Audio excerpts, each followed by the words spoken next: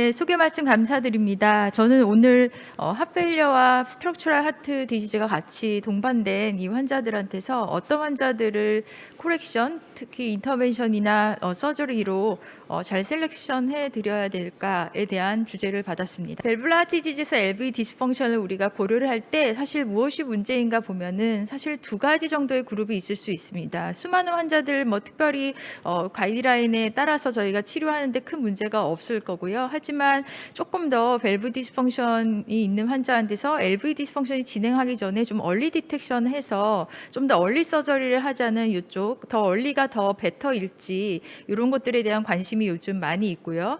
하지만 오늘 세션에서 조금 더 중점적으로 보고자 하는 것은 굉장히 시비어한 LV 시스톨릭 디스펑션이 있는 핫페일리어 환자를 만났을 때 이 환자한테 시그니피컨트한 밸브라 디지즈가 있을 때 굉장히 하이 리스크 포 코렉션이 됩니다. 어떤 인터벤션을 하거나 어떤 서저리를 한 다음에도 굉장히 이미디어 포스트옵이나 인터벤션 후에 어떤 레지듀얼 심톰이라든지 핫페일리어가 더 어그라베이션 될 수도 있기 때문에 이런 환자군에 대해서 조금 더 이야기를 해보려고 합니다. 그래서 이 사람들이 과연 굉장히 늦은 것인지 지금이라도 어떤 거를 치료하는 것이 코렉터블한 이런 어떤 원인이 될 수 있는 건지에 대해서 중점적으로 이야기를 해보도록 하겠습니다. 선생님들께서 많이 잘 알고 계시지만 크로닉 밸뷸라 하트 디지즈에서는 LV 어댑테이션이 굉장히 중요를 해서 프레셔 오버로드가 일어나는 에오르틱 스테노시스는 컨센트릭 LVH가 일어나고 또 이센트릭 LVH가 일어난 것은 마이트랄 밸브 리거지테이션과 볼륨 오버로드, 또 볼륨 오버로드와 함께 프레셔 오버로드 같이 진행되는 에오르틱 리거지테이션 같은 경우는 굉장히 심장이 커지고 또 두꺼워지는 것을 경험을 합니다.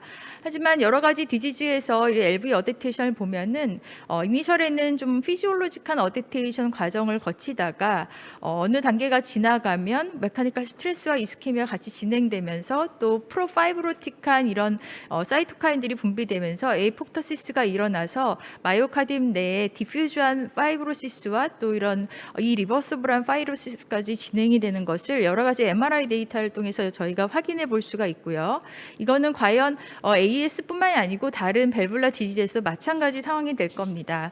그래서 저희가 어떤 환자를 좀 코렉션을 잘 해야 되는가, 앞서 김중 선생님 강의에서도 좀 밸브의 디스펑션이 LV 디스펑션보다 좀 더 강한 환자들, 이런 사람들이 어찌됐건 코렉션 했을 때 득이 되는 것이기 때문에 밸브 디스펑션이 LV 디스펑션과 계속 비셔스 사이클을 도는 데 있어서 밸브 디스펑션이 좀 더 심한 사람, 또 LV 디스펑션은 조금 이리버서블하지 않고 리버서블한 단계에 있는 사람을 저희가 셀렉션하는 것이 결국은 이것이 결국 환자한테 어떤 코렉션을 했을 때 베네핏 리스크를 상회하는 이런 결과를 낳을 것이라고 생각을 하고 있습니다.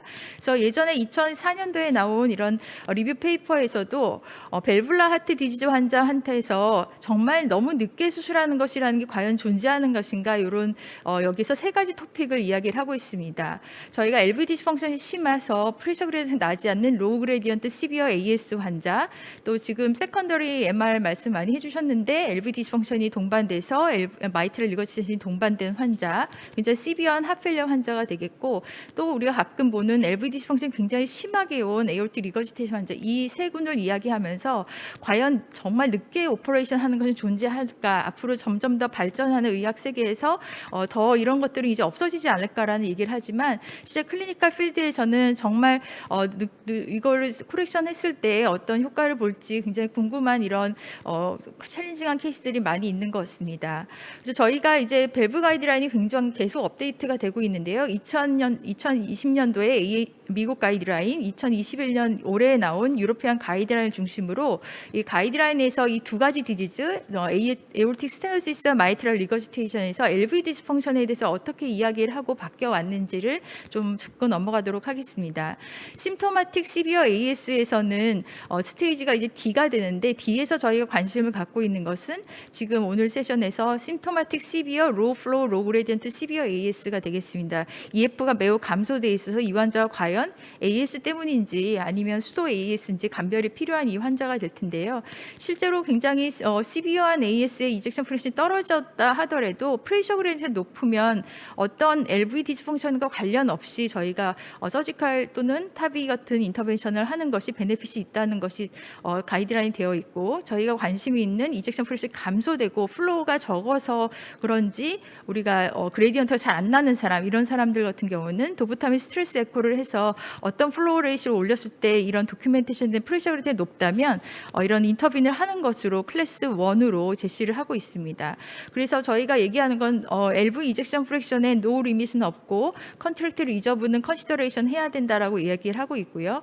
유러피안 가이드라인에서도 로우 그레디언트 AS에 대해서 무더레이드 AS를 룰아웃하고 스트록 볼륨과 EF, 도부타민 스트레스 에코 또는 CT를 이용한 AV 칼시피케이션을 통해서 수도 AS를 감별하고 이런 과정을 또 제시를 하고 있고, 그래서 결과적으로는 어떤 베네핏이 있을 것으로 생각하는 경우에는 하트팀 디스커션을 통해서 양쪽 인터빈 중에 골라야 되는 거고, 그렇지 않은 군은 컨저버티브 케어만 할 수 있는 군도 있을 것이라고 제시를 하고 있습니다. 그래서 심토마틱 시비어 AS에서는 어떤 정리를 해보자면 시비어한 하이 그레디언트는 클래스 1으로 수술을 하는 거고요.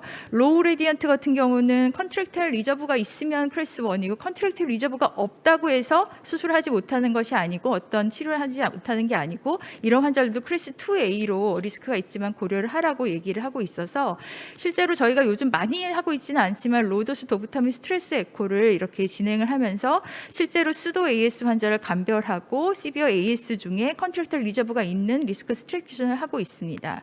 다음과 같이 레스팅에서 에오르틱 밸브의 이런 CW를 통해서 프레셔 그레디언트 측정을 하고 LVOT의 VTI를 통해서 스트로크 볼륨을 에스티메이션 하게 되는데요. 다음과 같이 20 마이크로 정도의 로우 도부타민 스트레스를 했을 때 프레셔 그레디언트와 스트로크 볼륨이 증가하는 걸 보고서 이 환자 시비어 AS가 진단이 됐고 컨트랙트 리저브가 있으니 빨리 이제 인터뷰를 합시다라고 진단을 하게 됩니다.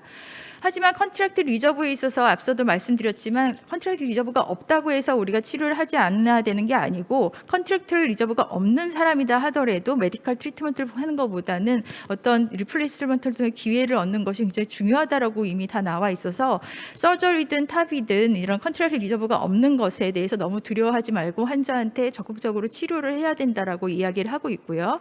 요즘 탑이 시대에서는 조금 또 컨트랙트 리저브가 굉장히 문제가 안 된다라는 데이터도 있기 때문에 컨트랙트 리저브가 있건 없거니 이제 시술 후에 어떤 치료 아웃컴에 차이가 없다고 되어 있기 때문에 저희가 사실은 도부타민 스트레스 에코를 안 하고 그냥 하는 경향이 있는데 실제로 우리가 마이오카디알 스트레인을 통해서 측정을 해보면 이런 어썸션이 많이 적어지기 때문에 컨트랙트 리저브를 측정하는 데 조금 더 베네핏이 있다는 이런 데이터를 낸 적이 있습니다. 요즘은 MRI를 많이 찍고 있습니다. AS 환자한테서 다음과 같이 리플레이스드 파이브로시스가 많이 발견이 되고 있는데요. 실제적으로 뭐 굉장히 딜레이드 인센스가 심한 환자도 있겠지만 그렇지 않은 환자들이 많아서 사실 클리니컬 임팩트에 있어서는 어떤 치료를 할지 말지 결정한다기보다는 치료에 대한 리스크를 저희가 가늠하는 데 좀 이용이 되고 있는 것 같습니다. 그래서 에오틱 밸브 스테노시스에 대해서 LV 디스펑션을 서머리 해보자면 어떤 옵티멀 페이션트를 코렉션함에 있어서 EF를 기준으로 로 리밋을 잡는 것은 없고 어떤 리스크 팩터가 될 뿐이다라고 말씀을 드릴 수 있겠고, 앞으로 인테그레이트 이미징을 통해서 리스크 스트리티케이션을 해서 환자와 이런 서전 또는 인터벤션 카디올로지스트한테 어떤 환자의 리스크에 대해서 이야기를 해주는 정도의 가 되겠습니다. 마이트랄 리거지테이션에 대해서는 앞서 김중 선생님 많이 얘기를 해주셔서요. 간단히 LV 디스펑션 쪽만 짚겠습니다. 프라이머리 MR에서 예전 가이드라인입니다. 2014년, 2017년에는 어떤 이야기가 있었냐면 EF가 너무 낮으면 수술하는 게 좀 도움이 안 될 수도 있다라는 얘기를 하고 있어서 EF 30이라는 이야기가 있다가 최근에 가이드라인에서는 그런 얘기가 싹 빠졌고요. 따라서 이제 리가들리스 오브 LV 펑션에 따라서 우리가 마이트랄 리거지테이션 때문에 심텀이 일어나는 게 확실하다면 MV 서저리를 하는 거고, 프라이머리 MR에서는 그다음에 티어를 클래스 2A로 하이 이런 프로히비티드 서지컬 리스크가 있는 환자들 고려해 볼 수가 있겠습니다. 세컨더리 MR에서 GDMT가 굉장히 중요하다는 거 앞서 말씀을 해주셔서 GDMT와 하페일리어 스페셜리스트와의 코학도 굉장히 중요하다고 말씀드릴 수 있겠습니다. 따라서 예전에는 EF 30%라는 언급이 좀 있다가 이제는 코앞 트라이얼에 돼 있는 이런 크라이테리아에 풀필되는 환자들에 있어서 일단 2A로 티어를 고려해 볼 수 있는 것으로 세컨더리 MR이 개정되어 있는 상태입니다. 케이스 2개 보고 강의를 마치도록 할 텐데요. 2개의 좀 다른 환자입니다. 80세 여자 환자고 환자는 한 10년 전부터 하펠러 진단받고 치료를 받았는데 계속 입원과 퇴원을 반복하다가 저희 병원으로 리퍼가 됐습니다. 혈압도 낮고 프로비엠도 굉장히 높습니다. 이 환자의 10년 전 에코인데요. 이미 예전부터 심장은 굉장히 크고 EF도 떨어져 있는데 점점 LV가 좀 더 커져서 MR도 심해지고 다이어트 펑션도 나쁜 상태로 오셨고요. 옵티멀 메디컬 트리트먼트를 하신다고 많이 하셨는데 쉽진 않았던 것 같습니다. 그럼 여기서 우리는 좀 더 지켜볼지 클립을 할지 아니면 바드나 트랜스플란테이션으로 얘기를 해야 될지 고민이 될 텐데요. 그래서 저희가 좀 GDMT를 하려고 좀 노력을 하고 요즘 나온 여러 약제를 써보려고 했는데 환자 혈압도 낮고 실제는 쉽지는 않았습니다. 그래서 이 환자는 MRI 찍고 파이브로시스 많지 않고 뭐 이런 리스크 스테이 한 다음에 티어를 시행을 하게 됐고 하기 전에 아까 김준선님이 소개시켜 주셨던 여러 가지 페이버럴한 피처가 있는지 봤는데 할 수 있는 상태이고 엔드 시스톨릭 디멘전 기준으로 70이 넘으면 저희가 좋지 않은데 64 정도 나와서 티어를 시행을 했고 펑처 투 클립 타임은 2시간 24분 정도의 클립이 잘 돼서 환자는 메디컬 트리트먼트에 굉장히 톨러러블한 상태로 지금 잘 외래를 다니고 있습니다. 두 번째는 44세 남자인데 이 환자는 스텐트를 넣었던 과거력이 RC에 있었고 그다음에 여러 가지 뭐 핫페일러 때문에 소라센테시스 여러 가지 안 좋은 상태로 저희 병에 왔는데 보시다시피 굉장히 핫페일러 디컴패션 돼 있는 상태고요. RCA가 막혔다가 리바스큐레이션 했는데 MR이 굉장히 심합니다. 그래서 젊은 사람이고 EF가 낮고 이 사람도 클립을 해줘야 될까? 근데 이때가 2017년이라서 저희가 못하고 기다리고 있었는데 조금 메디케이션을 발사탄에서 이제 인트레스트로 바꿔주고 이바브라딘 쓰고 이렇게 했더니 환자가 굉장히 웰 어댑티드 돼서 사실 6개월째도 이렇게 좀 줄지 않아서 아유 이것도 해야 되나 이런 생각을 하고 있었는데 18개월이 되니까 MR이 거의 마일드 단계로 줄어든 상태가 되겠습니다. 그래서 정리를 해보자면 저희가 이런 환자들이 많이 있습니다. 이 사람이 지금 해야 되나 아니면 좀 더 해봐야 되나 이럴 때 조금 정리를 해보자면 LV가 리버스 리모델링이 될 수 있는 어떤 치부할 수 있는 어떤 익스펙테이션이 있습니다. 핫페일러 듀레이션이 좀 짧았다든지 어떤 오버로딩 상태가 있다든지 아니면 시비어하지 않은 MR이라든지 이럴 때는 좀 기다려볼 수가 있겠고요.